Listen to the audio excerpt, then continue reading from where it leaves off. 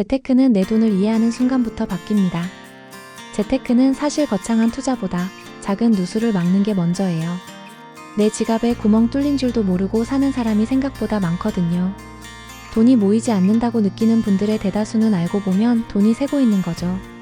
저도 처음엔 구독 서비스 하나쯤이야 싶었어요. 그런데 OTT, 음원, 클라우드, 이북까지 6만원 넘게 나가더라고요. 필요 없는 건 끊었고 잘 쓰는 건 가족이랑 공유로 바꿨어요.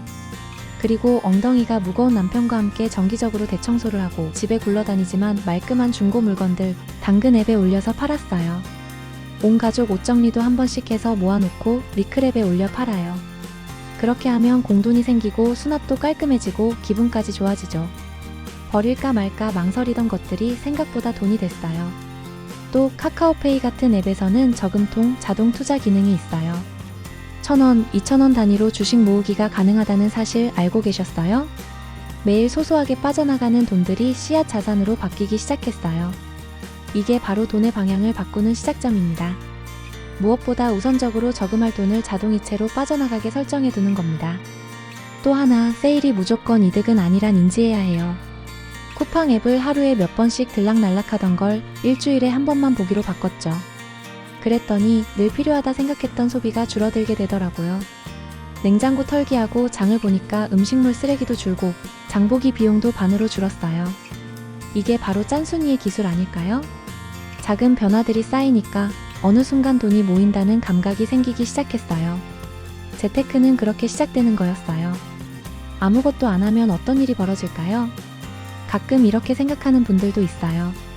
그래도 나는 씀씀이가 크지 않으니까 괜찮아. 그런데 정말 괜찮을까요? 2025년 기준 시중은행 정기예금 평균 금리는 3.2%.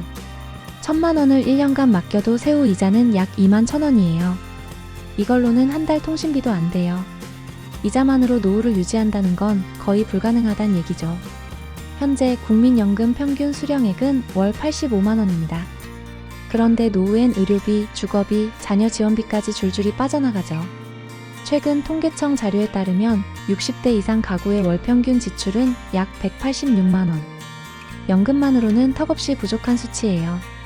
아무 준비 없이 이 시기를 맞이한다면 어떻게 될까요? 그냥 버티자고 마음먹어도 지출은 줄일 수 있어도 시간이 멈춰주진 않아요. 한번 상상해보세요.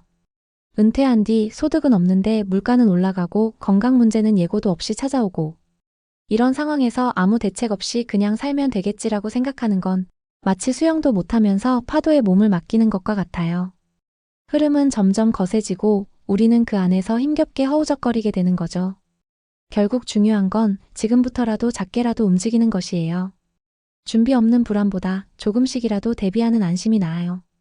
그 출발선이 지금일 수 있어요.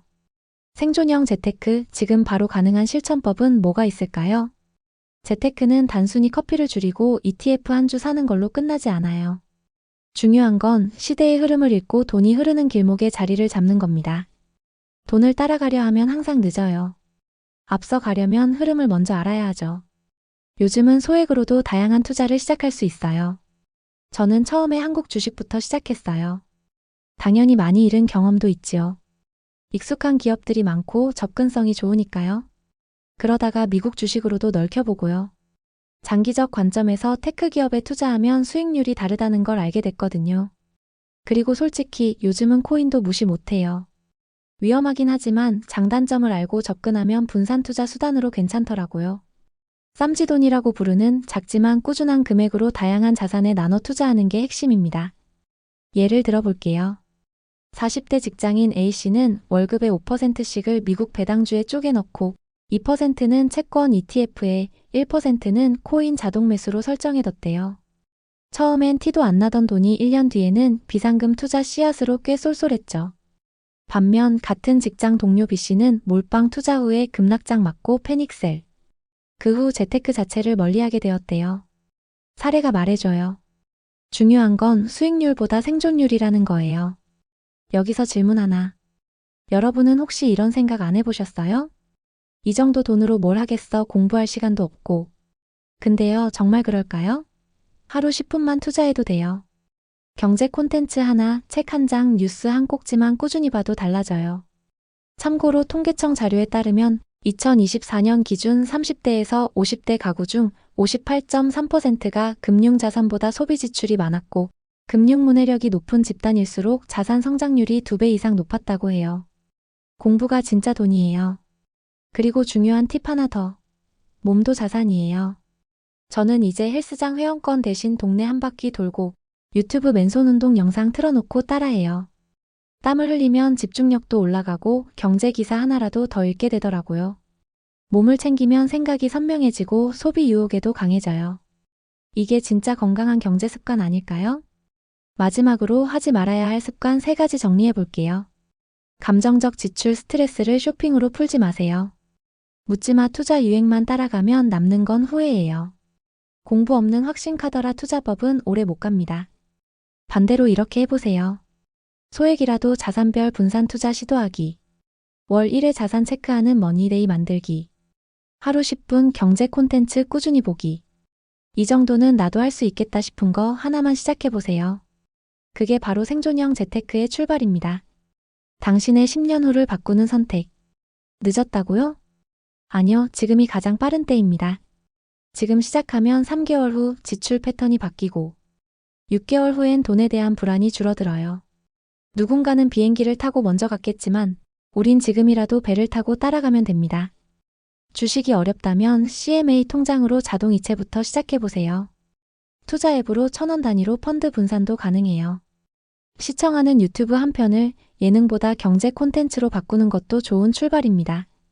또 하나, 정보를 연결하고 공유하는 커뮤니티를 찾는 것도 큰 도움이 됩니다. 같은 고민을 가진 사람들과 소통하면 나 혼자만 이런 게 아니구나 하고 위로받고 실천 동기도 생겨요. 네이버 카페, 오픈 채팅, 경제 독서 모임, 다양한 곳에서 그런 흐름을 찾을 수 있죠. 지금 이 영상을 보고 있는 여러분도 이미 그 시작점에 와 있는 겁니다. 그리고 꼭 기억하세요. 재테크는 단기간에 부자 되기가 아니에요. 시간을 내 편으로 만드는 싸움입니다. 하루 10분을 쓰는 사람과 그냥 넘기는 사람의 1년 후는 분명 달라질 겁니다. 이 작은 선택 하나가 당신의 10년 후를 바꿉니다. 재테크는 돈 많은 사람만의 일이 아니에요. 내 삶을 지키기 위한 가장 현실적인 생존 전략입니다. 내가 가진 돈이 어디로 흐르고 있는지 그걸 아는 순간부터 달라집니다. 지금 시작해보세요. 구독과 좋아요는 제게 큰 힘이 됩니다.